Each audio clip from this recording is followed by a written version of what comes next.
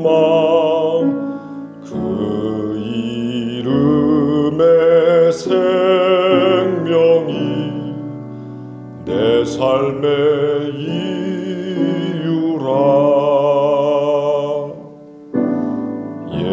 예수는 내 힘이요 나의 기쁨 내 참 소망 그 이름의 생명이 내 삶의 이유라.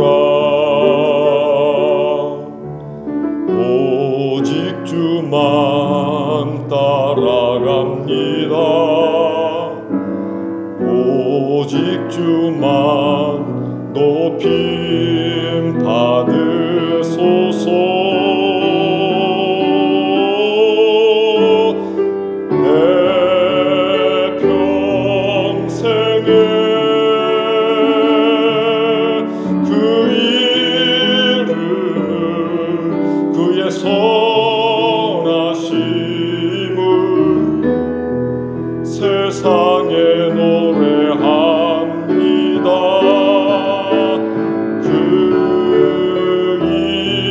이름에 그 신능력 영원한 생명이 내 삶의 이유라.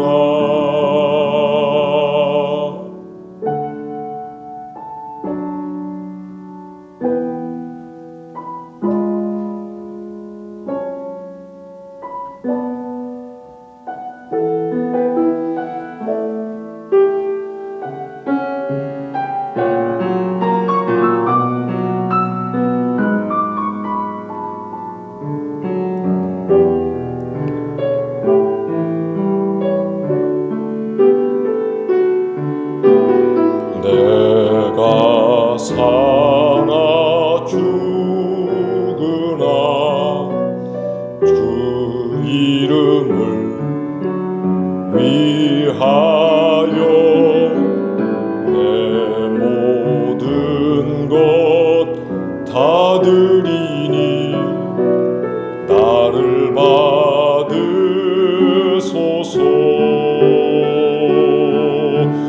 오직 주만 따라갑니다. 오직 주만 높임 받으소서. 내 평생에 그 이름을 그의 선하심을 세상에 노래합니다. 그 이름에 그 신능력 영원한 생명이 내 삶의 이유라.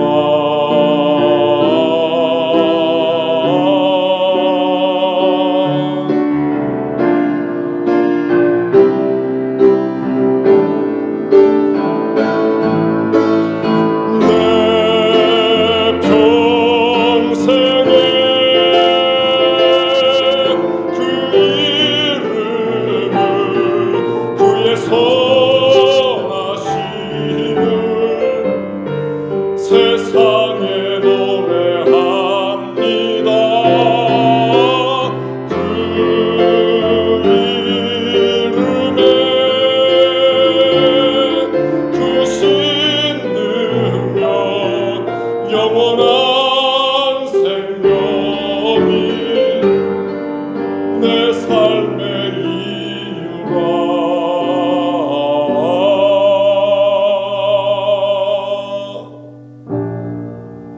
내 삶의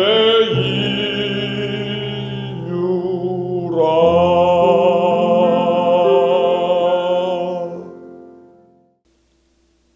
죄 임길택. 새들이 벌레를 잡아먹고 큰 물고기가 작은 물고기를 잡아먹는 것도 죄가 안 되느냐고 물었어요. 할아버지는 그건 죄가 아니라 했어요.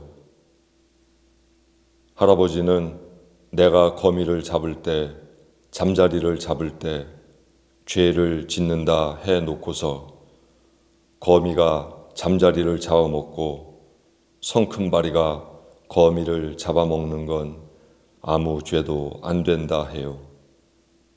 그것들은 살만치만 잡아먹고 몰래 어디다 쌓아두고서 썩히는 일이 없기 때문이라 했어요. 시인의 할아버지가 이야기하는 죄의 기준은 필요한 만큼 갖고 사느냐, 또는 살만치만 갖고 사느냐, 아니면 그것보다 더 많은 것을 쌓아놓고 묵혀놓고 사느냐였습니다. 살 만큼만 가지고 필요한 만큼만 가지고 사는 것, 그러면 죄가 되지 않지만 살기에 필요한 것보다 더 많이 갖고 더 많이 욕심을 부리면 그것이 죄라고 시에서 이야기하고 있습니다. 저는 이러한 교훈을 출애굽 당시 하나님께서 이스라엘 백성들에게 주신 만나를 통해서 다시 살펴보게 되었습니다. 만나는 필요한 만큼 거두어야지 그 이상을 거두면 그것을 묵혀둘 때 썩고 냄새가 나서 결국 다른 사람들에게 피해를 끼치는 일밖에 되지 않았습니다. 일용할 양식으로서의 만나, 그때의 만나는 참 요긴한 양식이 되지만 필요 이상으로 내일을 위해서, 모레를 위해서, 미래를 위해서 만나를 쌓아놓는 순간 그것은 무리들의 모든 삶을 망가뜨리는 그러한 부패의 냄새요 원인이 되고 말았습니다. 죄란 간명합니다. 필요한 만큼 가지고 살면 그것은 은총이 되지만 필요한 것보다 살만치보다 더 갖고 소유하게 되면 그것이 바로 죄가 되는 것입니다. 필요한 만큼만 가지고 살면 부동산 문제도 없을 것이고 또 재정 문제도 이렇게 나쁘게 추락하진 않을 것입니다. 모쪼록 그리스도인인 우리 교인들은 꼭 필요한 만큼만 가지고 살고 필요한 집만 소유하고 그래서 그 이상의 것들은 하나님 나라를 위해서 이웃들을 위해서 양보할 수 있는 넓은 품을 가진 그런 하나님의 자녀들이 되었으면 좋겠습니다.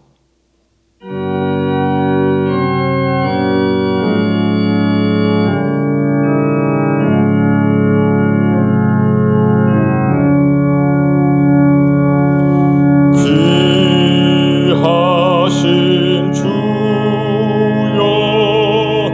날 붙드사 주께로 나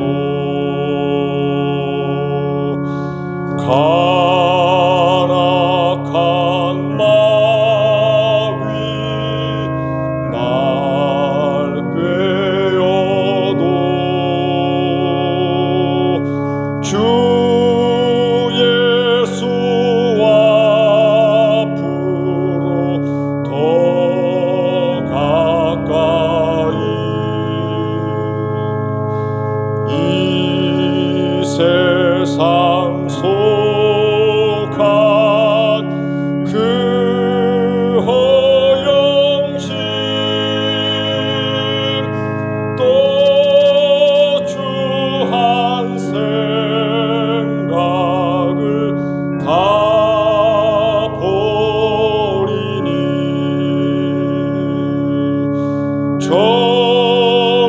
정결한 맘 내게 늘 주소서.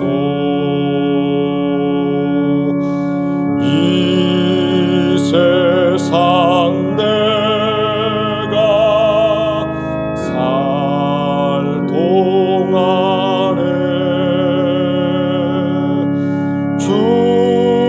주께로 날마다 더 가까이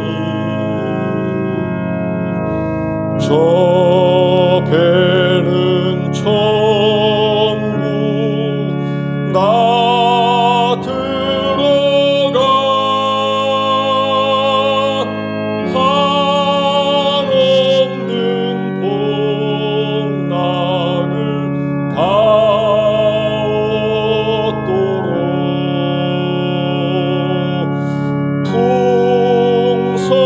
풍성하는 해를 주옵소서.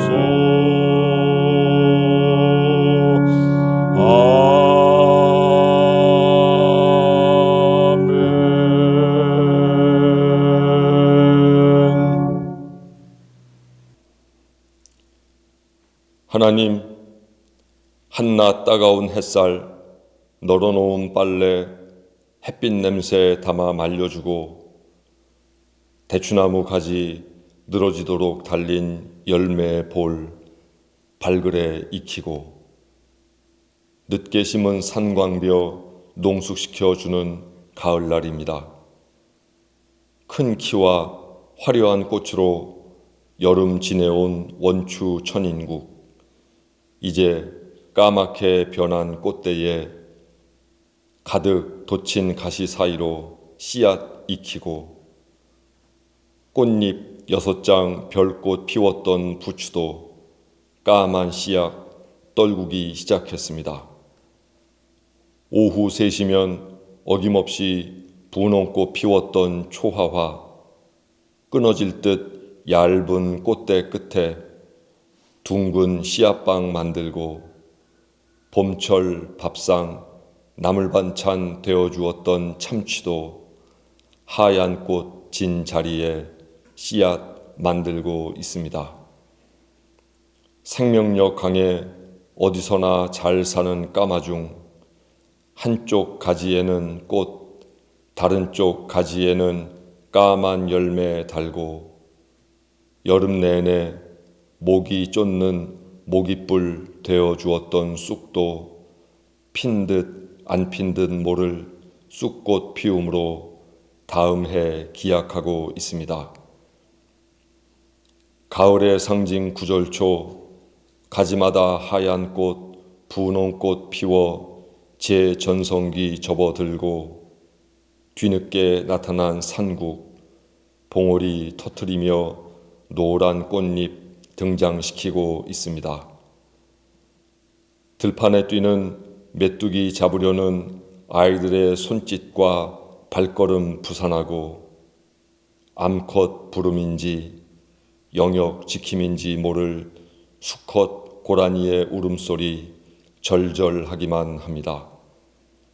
하나님, 코로나 팬데믹으로 인해 안온한 일상 잃은 이 시기, 그동안 듣지 못했던 자연의 소리 들음으로 비난과 원망으로 오염된 저희의 귀 정화하게 하시고 조용하지만 역동적으로 살아가는 온 생명의 모습 살펴봄으로 재물에만 몰두해 판단력 잃어버린 저희의 시선 정결케 하소서.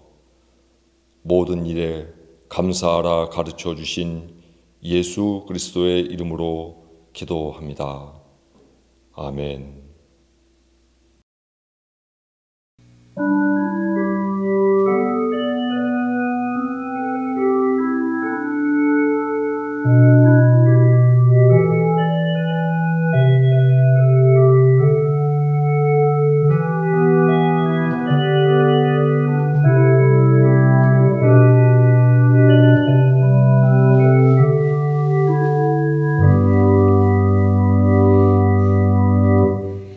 그리스도께서 우리를 해방시켜 주셔서 자유를 누리게 하셨습니다.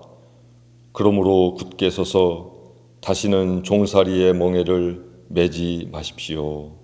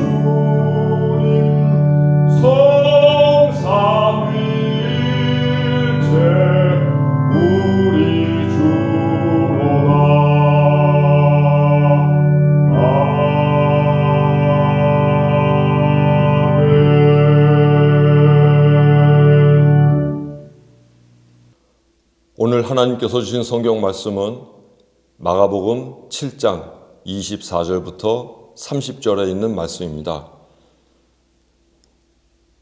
예수께서 일어나사 거기를 떠나 두로 지방으로 가서 한 집에 들어가 아무도 모르게 하시려 하나 숨길 수 없더라.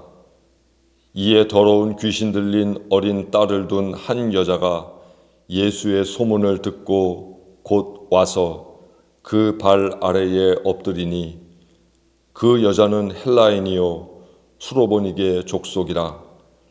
자기 딸에게서 귀신 쫓아내 주시기를 간구하거늘 예수께서 이르시되 자녀로 먼저 배불리 먹게 할지니 자녀의 떡을 취하여 개들에게 던짐이 마땅치 아니하니라.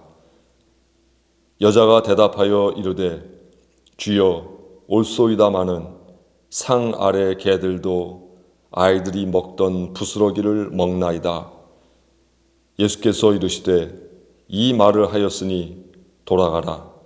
귀신이 내 딸에게서 나갔느니라 하시매 여자가 집에 돌아가 본즉 아이가 침상에 누웠고 귀신이 나갔더라. 아멘. 예수께서는 갈릴리 지역에서 예루살렘 출신의 바리새인들 그리고 서기관들과 논쟁을 벌이시고는 지금의 레바논, 그러니까 두로 지역으로 선교를 하시기 위해서 가시게 됩니다. 그때 아무도 모르게 어떤 집에 들어가셨지만 이미 주변 사람들은 그 소문을 들었는지 전부 그 집으로 몰려오게 되었습니다. 그 중에는 더러운 귀신 들린 어린 딸을 둔 그 지역 출신의 여인도 있었습니다.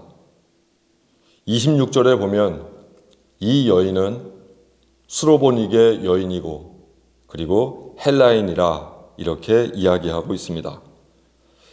예수께서 가신 두로는 지금 레바논의 티레를 뜻하는데 갈릴리에서 서북쪽으로 약 30km 떨어진 그런 곳이었습니다.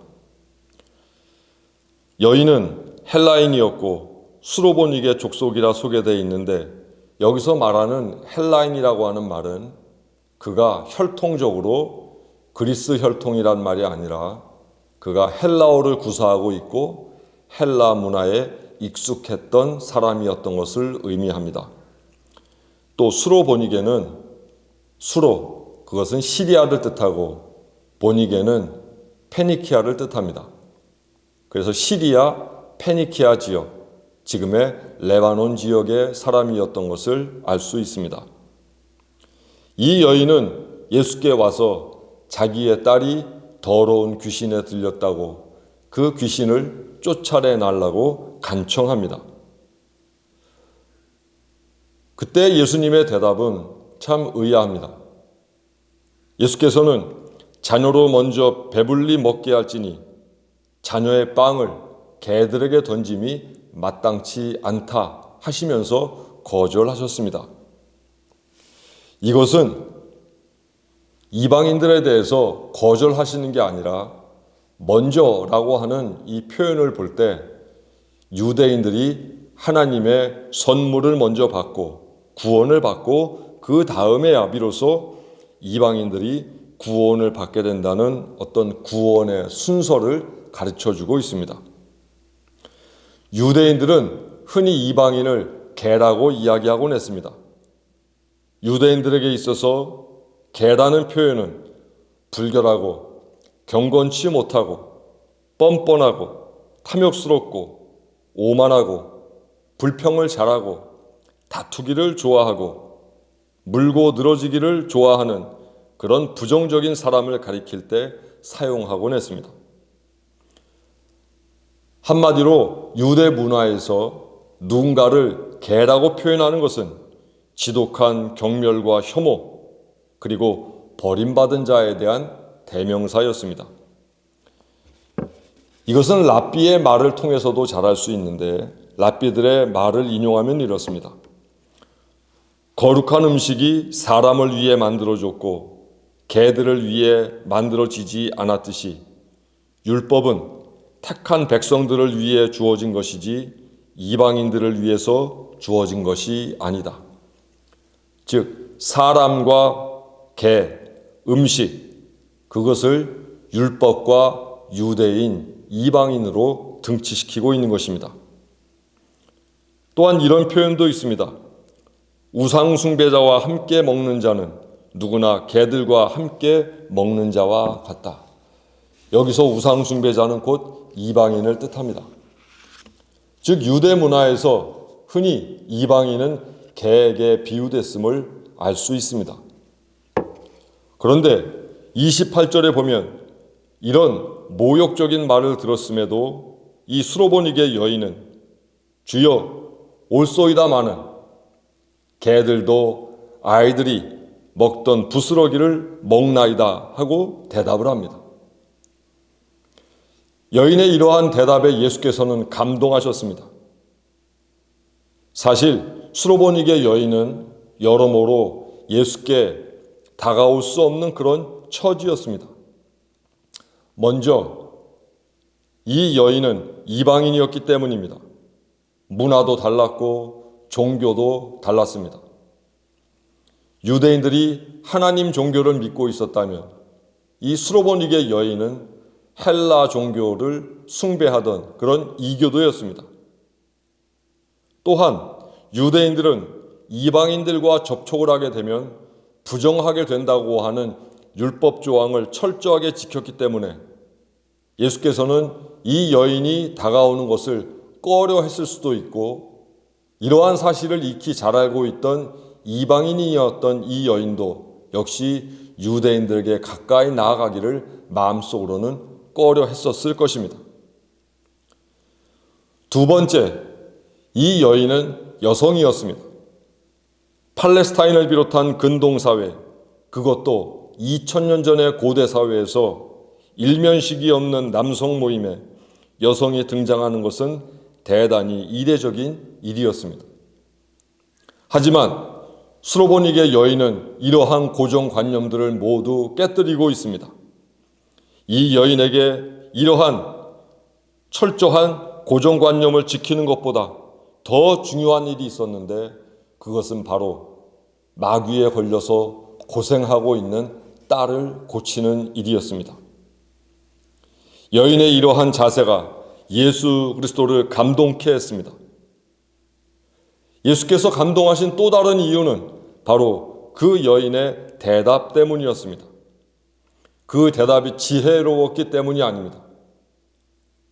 그 말 속에 겸손함이 있었고 무엇보다도 이 여인의 말 속에 간절함이 묻어 있었기 때문입니다. 이 여인은 어떤 자격이나 권리나 공적을 주장하지 않았습니다. 또한 이스라엘의 특권을 인정하는 하나님의 선택에 대해서도 항거하지 않았습니다. 다만 이 여인이 원한 것은 귀신이 들려 고생하는 딸을 고치고 싶어 하는 것이었습니다. 너무도 간절한 상황에서 자신을 개라고 표현하는 그 말에도 전혀 개의치 않았습니다. 다만 유대인들이 먹다 버린 부스러기라도 그 부스러기가 내 딸에게 좋은 영향을 끼칠 수만 있다면, 나아가 귀신을 내쫓을 수만 있다면, 그래서 이렇게 고생하는 딸을 고쳐줄 수만 있다면 아무런 상관이 없다고 이 여인은 생각을 했던 것입니다. 그만큼 이 여인은 간절했습니다. 겸손하면서도 애끓는 간절함이 하나님의 백성과 이방 사람의 경계선을 무너뜨렸습니다. 구원이 유대인에게 먼저 그리고 나서 이방인에게 하는 이 도식도 깨뜨리고 있습니다. 결국 겸손함이, 간절한 마음이 기적을 일으키고 있는 것입니다. 여인의 위대성이 바로 거기에 있습니다. 엄마로서 간절하게 딸의 병을 고쳐주고픈 상황에서 이 여인은 어떤 모욕도 어떤 고통도 참아내고 있습니다. 개들이나 먹는 부스러기라도 그것만으로 딸의 병을 고칠 수만 있다면 그 부스러기에도 만족할 수 있노라고 고백하고 있는 것입니다. 이 여인이 그토록 겸손하고 간절한 모습으로 애원하자 이에 감동한 예수께서는 이 말을 하였으니 돌아가라, 내 딸에게서 귀신이 나갔느니라 하고 치유의 선언을 하셨습니다. 어찌해서든 딸의 병을 고치고픈 이방 여인의 겸손함이, 그 간절함이 예수 그리스도를 감동시켰고, 결국 그 겸손함이, 간절함이 딸의 병을 고치는 결과를 낳게 된 것입니다. 마태복음 15장에도 바로 이 여인의 이야기가 나오는데, 거기에는 여인아 참으로 내 믿음이 크다고 첨가하여 이 이야기를 더욱더 증폭시키고 있습니다. 이 말씀이 나오기 전 7장을 읽어보면 예수께서는 예루살렘 출신의 바리새인들과 서기관들과 신앙에 대하여, 율법에 대하여 함께 논쟁을 벌이셨습니다. 그때 바리새인과 서기관, 즉 유대인을 대표하는 이 사람들은 자신들의 전통만을 고수하려 할 뿐 예수 그리스도도 그의 가르침도 인정하지 않았습니다. 하지만 이방인이었던 이 여인은 예수 그리스도를 주님이라고 부르고 있습니다. 이로써 이 여인은 예수 그리스도를 거절하는 유대인들과는 대조적으로 복음을 받아들인 신앙적인 이방인의 전형이 됩니다. 수로보니게 여인이 보여준 겸손함과 간절함이 제사, 기도, 율법, 헌신으로 유명하다는, 철저하다는 바리새인과 서기관을 뛰어넘고 있습니다. 이방인이었지만 오히려 이 여인이야말로 유대인들이 본받아 살아야 할 신앙의 모범이 되고 있는 것입니다. 간절하게 살면 어떤 부스러기에라도 자족할 수 있습니다. 간절하게 살면 예수 그리스도의 말씀 앞에 겸손해질 수 있습니다. 딸을 고쳐야 한다는 대의를 품게 되면 이방인은 개라고 하는 취급을 당해도 얼마든지 견뎌낼 수 있습니다. 엄마는 딸을 고칠 수만 있다면 그 어떤 수모도 참아낼 수 있습니다. 사랑하는 교회 여러분, 우리가 뭔가 하나님의 은총을 구하거든 지금보다 더욱더 간절해져야 합니다. 사소한 것에 마음을 뺏기지 말아야 합니다. 이 여인은 자신을 개라고 부르는 그 표현에도 개의치 않고 겸손한 마음으로 자기의 간구를 담담하게 예수께 아뢰고 있습니다. 우리가 살면서 여러 가지 사소한 경우와 일들의 마음을 뺏기는 경우가 많습니다.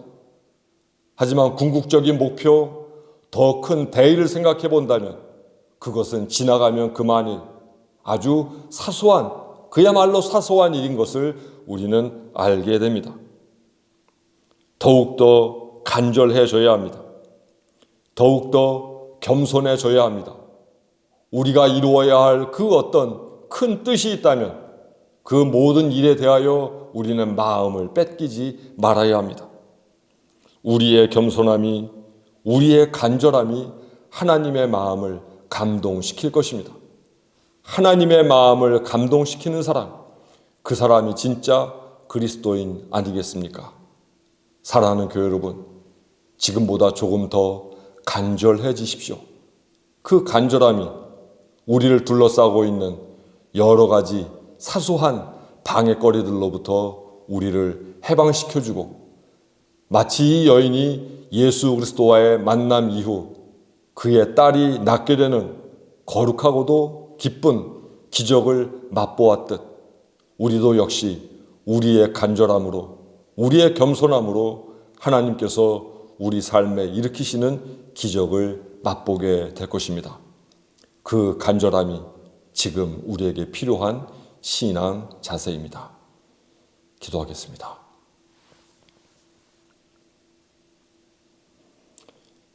늘 풍요로움 가운데 살고 늘 은혜 가운데 살다 보니 저희 마음에서 간절함이 사라지고 말았습니다. 하나님이 주신 이 은혜 간절하게 감사하게 하시고 하나님께 기도해야 할 모든 것들에 대하여 더욱더 간절하게 간구하게 하옵소서.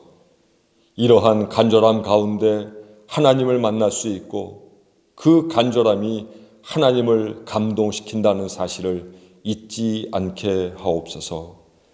예수 그리스도의 이름으로 기도합니다. 아멘. 함께 평화의 인사 나누시겠습니다. 간절한 믿음으로 살겠습니다.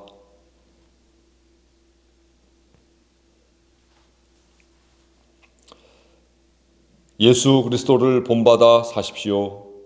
언제 어디서나 누구에게나 그리스도인이 되십시오. 모든 일에 감사하며 사십시오. 간절함은 신앙의 척도입니다. 간절한 신앙이 참된 신앙입니다. 간절하게 하나님의 은총을 구하십시오. 간절하게 예배하는 그리스도인이 되십시오.